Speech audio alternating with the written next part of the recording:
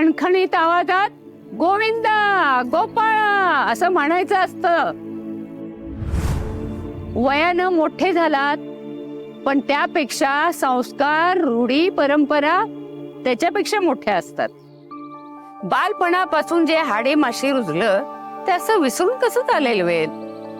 हो आजी. नुसतं कारेट फोडलं म्हणजे झालं असं नाही. हा बर.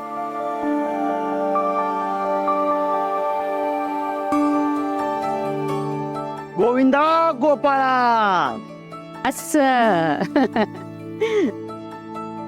गोविंदा गोपाळा झालं. झालं. थांब. निघालं लगेच झालं. असं अर्धवट काम नाही करायचं. हा? जे काम करायचं ते पूर्ण करायचं. कारेट्यात बोट बुडवून तो रस जिभेला चाटायचा आणि कपाळाला लावायचा. तेही अगदी मनापासून श्रद्धेने करायचं. अरे बाळा, आपल्या पूर्वजांनी घालून दिलेल्या रूढी परंपरा यांचा आदर आपल्याला असायलाच हवा. बर. चल.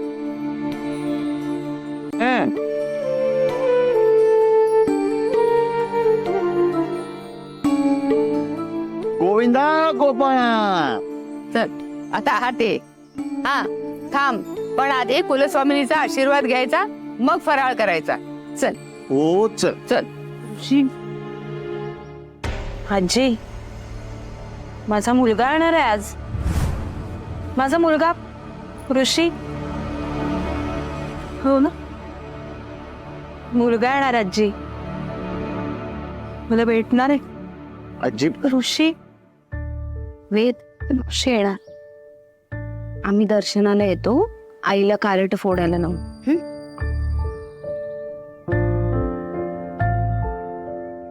ऋषी थांब इथे.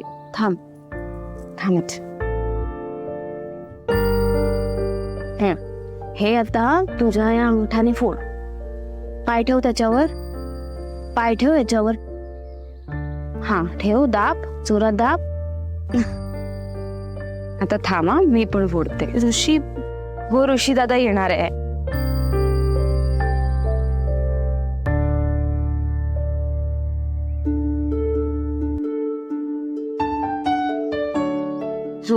बाबा घे फराळ. विठा सत्यवानला सांगितलं चालेल ना. हा ये इकडे इकडे जवळ आहे. हा आणि भिकाजी कुठे आहे? अजून तयार झाला की नाही? आलो आलो.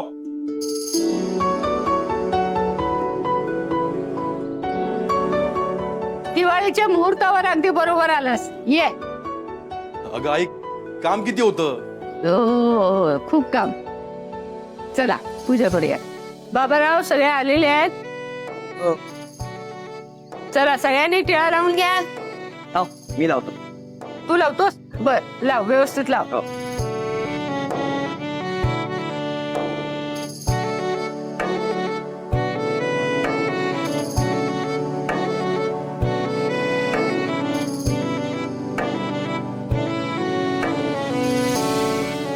ए आम्हाला नको, जा तिकडे.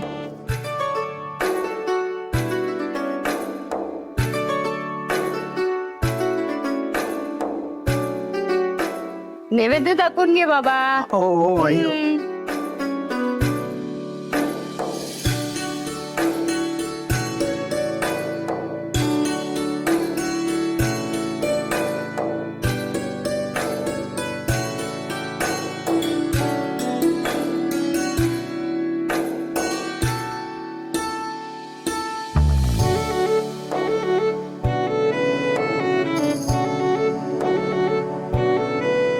आई कुलस्वामिनी, तुझ्या कृपेने आमच्या अख्ख्या वाड्यात सुख शांती समृद्धी आणि उत्तम आरोग्याची अजिबात वाढ नाही.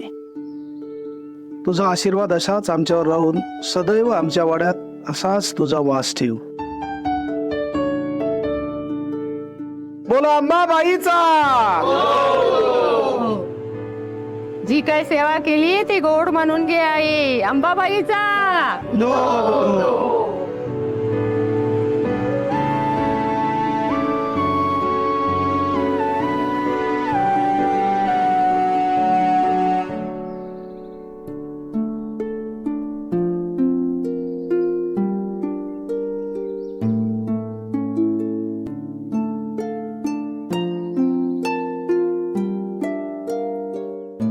आई कुठे गेली? फराळाचा नैवेद्य दाखवून झालाय. आता सगळ्यांनी तो फराळ प्रसाद म्हणून थोडा थोडा घ्या. थांब मी वाटतो.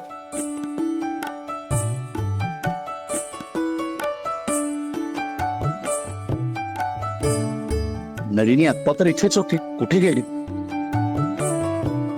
दादा,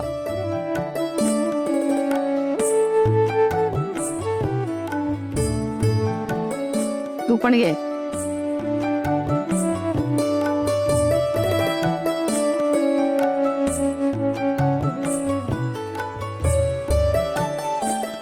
चला फराळ करून घे आता. चल चल बिटा चल आई चल. चल.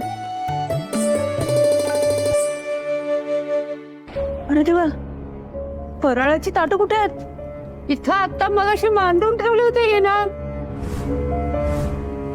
हो ना, ह्या प्लेट्स पण ठेवल्यात. हा बघून ये. बघून ये बघून ये. आजी, मला वाटतं ना देवीचा चमत्कार झालाय.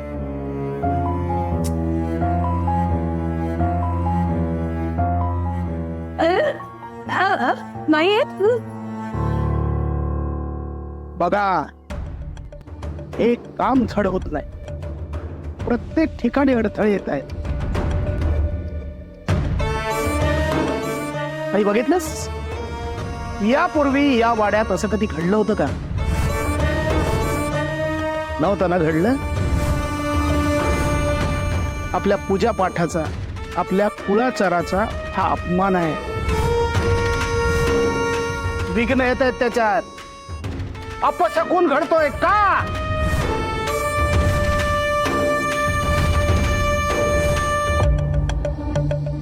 आई काय करतेस तू? आई थांब.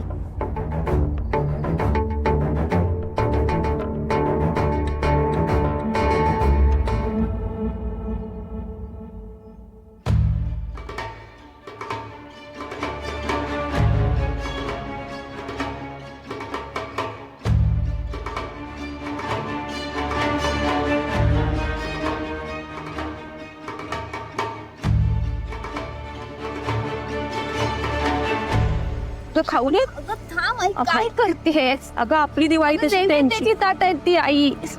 ऐक ना माझा. बाजूला करते ताट.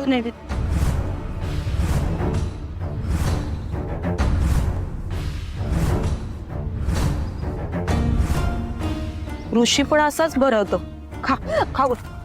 आई प्लीज ऐक ना. आई खाऊ दे. ये. आई थांब ना. घे. आई अगं काय तमाशा चाललाय हा? ही वेडी बाई रोज असा गोंधळ घालणार का?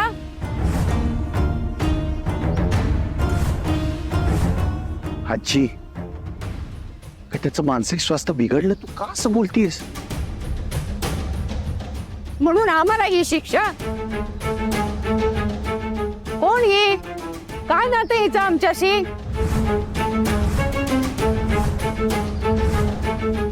ही बाई फराळाची ताट गाईच्या तोंडाला लावते. खोतांच्या कुळाचाराला मुद्दाम ही गावडे बाधा घालते. ही तोंड आमच्या गळ्यात कशाला बांधतोस रे वेद? हे बघ, हिला एका खोलीत नेऊन बंद करून टाक. दिवाळी संपेपर्यंत या बाईचं तोंड बघायचं नाही मला. जा, घेऊन जात. मी तरी काय बोलते आई? तुला ऐकू येत नाही का?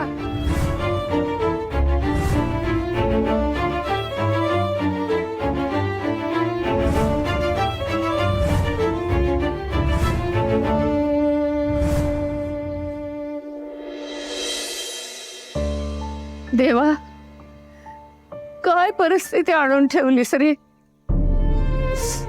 काय एवढं आमच्यावर रागवलंयस? आमचं काय चुकलं? पावलोपावली संकट, अपमान, भांडणं, कुळाचारात विघ्न, सणासुदीच्या आनंदाला गालबोट. आमच्या चुका आम्हाला कशा कळायच्या? या दुष्ट चक्रातनं सोडो रे देवा. काय चुकलं असेल तर माफ कर देवा.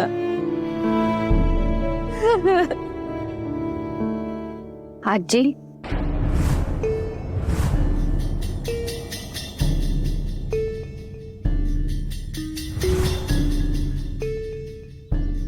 तू किती निर्लज्ज मुलगी आहेस का तू. इतकं लाथाडलं तरी मांजरी सारखी माझ्या पायात घुटमळतेस. इतकं रामायण होऊन सुद्धा माझ्या खोलीत माझ्या समोर येण्याची हिंमत कशी होते तुझी. मी माफी मागायला आले तुमची. माझी आई जे काही वागली त्यामुळे घरातल्या प्रत्येकाच्या आनंदावर विरजण पडलं गेलं. असं खरंच माफ करा. चुकलं माझ्या आईचं.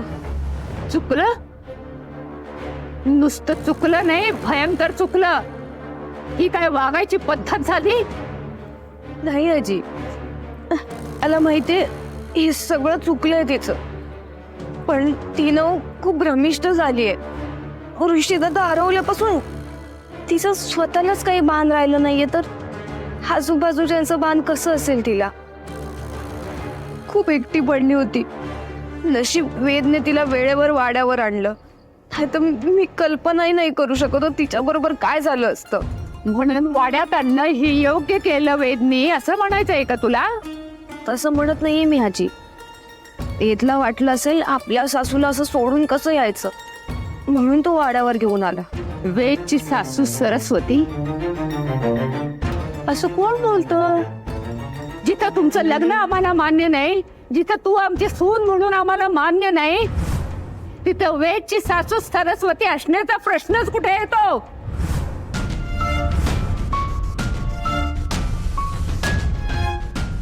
आजी, उगाच गोड बोलून मला घोळात घेऊ नकोस. तुझ्या बोलण्याने मी विरघळेल असं वाटते काय तुला? वेदवर आमचा जीव आहे. त्याने एक मूर्खपणा केला. सरस्वतीला वाड्यात आणून ठेवलं म्हणून आम्ही सहन करतोय. आणि यापुढे तिला कसं सांभाळायचं हे तुझं तूच बघ. ती खोली बाहेर येता कामा नये.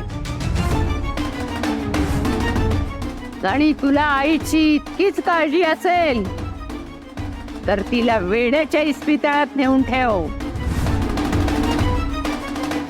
आणि तेही जमत नसेल तर तिला तुझ्याच घरात नेऊन ठेव आणि तिची सेवा करत बस तू.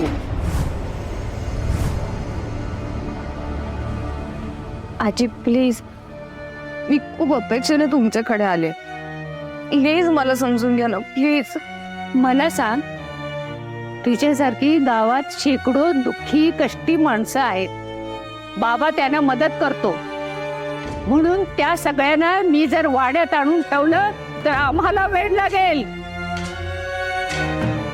आज लक्ष्मी पूजनाचा शुभ दिवस आहे, तेव्हा इथं अभद्रासारखी रडत बसू नकोस. हे गावड्यांचं घर नाही, होतांचा वाडा आहे. चल निघ.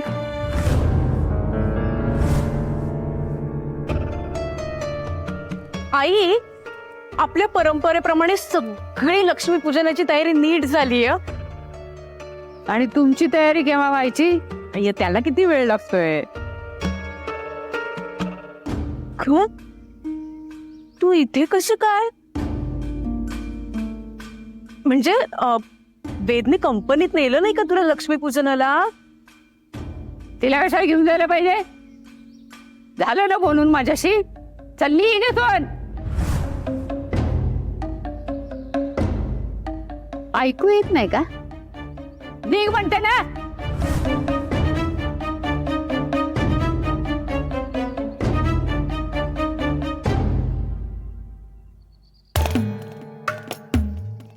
आज लक्ष्मी पूजनाला मोठा धमाका व्हायला हवाय.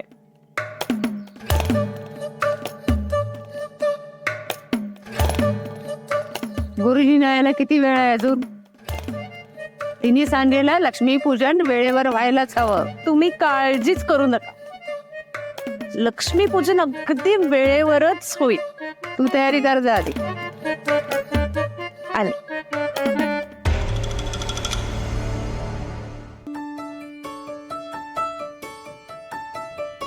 वेदराव, हे घ्या. गणपतीला हे गंध, हळद, कुंकू, अक्षदा, फुल घाला. वक्रतुंड महाकाय.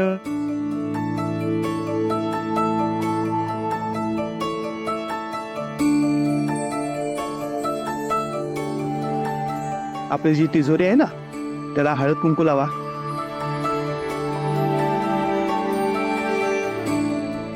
अरे उजवा हात लावायचा असतो.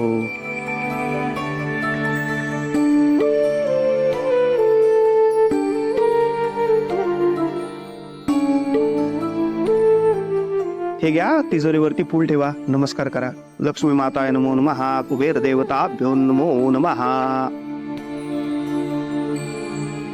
काय ताई, काय झालं एवढी चर्चा करतात? दादा कळलं मला. थांब मी बघतो. बोला ताई, काय प्रॉब्लेम आहे? नाही, काही प्रॉब्लेम असेल तर मला सांगा. काय आहे ना दादा, पूजेमध्ये आहे, मी मोकळा आहे, मला सांगू शकता. बोला काय झालं. त्यांना सांगू दे ना काय झालं. हा, मी पण तेच म्हणालो. ताई तुम्ही सांगा, तुम्हालाच सांगायचंय. काय प्रॉब्लेम असेल सांगा, मला सांगू शकता तुम्ही. सौरभ, त्यांना सांगू दे ना काय झालंय. हेही चालेल, सांगा ताई. हा हा, तू बोल, तूच बोल बाई. एक काम करा, तुम्ही मला सांगा, मी दादाला सांगतो. सांगतायत ना त्या. ताई सांगा प्लीज सांगा. वेद सर, लग्नानंतरची पहिली दिवाळी तुमची खूप महत्वाची असते. ही दिवाळी सर, लक्ष्मीपूजनला जोडीने बसायचं असतं. मॅडम नाही आल्या का तुमच्यासोबत? हा, तिला आणणार होतो पण झालं असं की लग्नानंतरचा पहिलाच दिवाळ सण आहे ना. सो घरी सुद्धा मोठा कार्यक्रम होता. सो त्याची तयारी, त्या सगळ्याची जबाबदारी तिच्यावर होती. सो तिला नाही आणता आलं. Okay sir. गुरुजी चला. हा चला. वेदराव, आचमन करा. 3 वेळेला पाणी प्यायचं, 4थ्या वेळेला सोडायचं.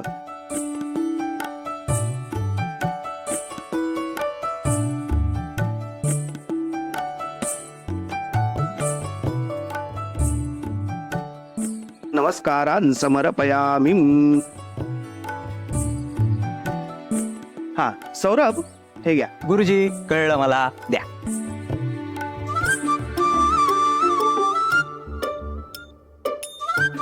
अरे तुळशीला घालायचं होतं ते पाणी, प्यालास कुठे तू?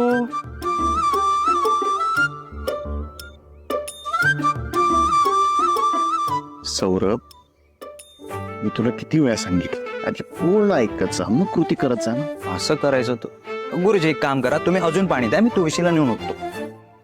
चल, आपण पुढची पूजा सुरू करूया. हा चला.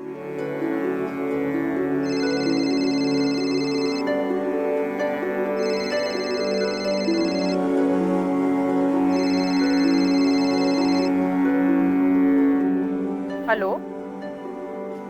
हॅलो मदर, तू टेन्शन घेऊ नकोस. इथे लक्ष्मी पूजन एकदम व्यवस्थित सुरू आहे आणि माझं नीट लक्ष आहे. तू काही काळजी करू नकोस, मी आहे ना इथे, लक्ष देईन मी. तुला विचारलंय कोणी तिथे काय सुरू आहे? नाही, मी फक्त सांगितलं. समोरची व्यक्ती काय बोलते ते नीट ऐकावं, समजून घ्यावं आणि मग बोलावं रे. हा, महत्वाचं बोलते, नीट ऐक. तुझं आता तिकडे ऑफिसमध्ये काही काम नाहीये ना? नसेलच म्हणा. तो एक काम कर, लगेच निघ आणि वाड्यावर ये. तुला खूप महत्वाचं काम करायचंय. नीट ऐक.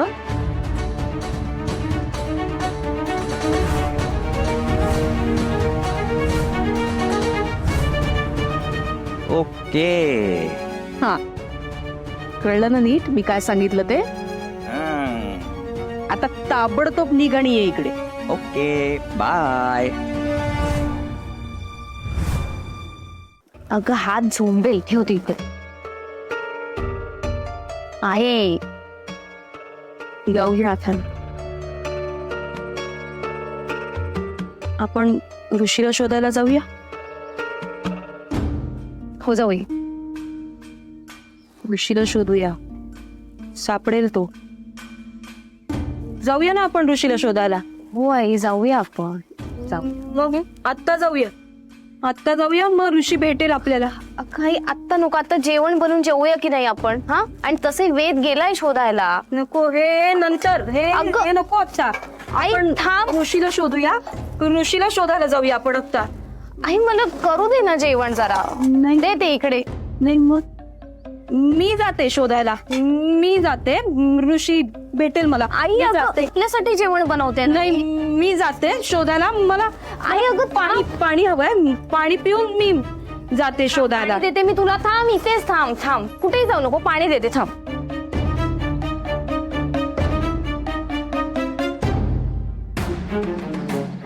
अरे देवा पाणी तर संपलंय. स्वयंपाक करायला तर पाणी लागेलच ना. विहिरीवर जाऊन पाणी भरून आणते. दिवाळी संपेपर्यंत या बाईचं तोंड बघायचं नाही मला. पण आईला एकटीला सोडून कसं जाऊ. आईला एकटीला सोडलं आणि आईने काही गोंधळ घालून ठेवला तर आजी आईला घरात ठेवणार नाही, घराबाहेरच काढेल. काय करू.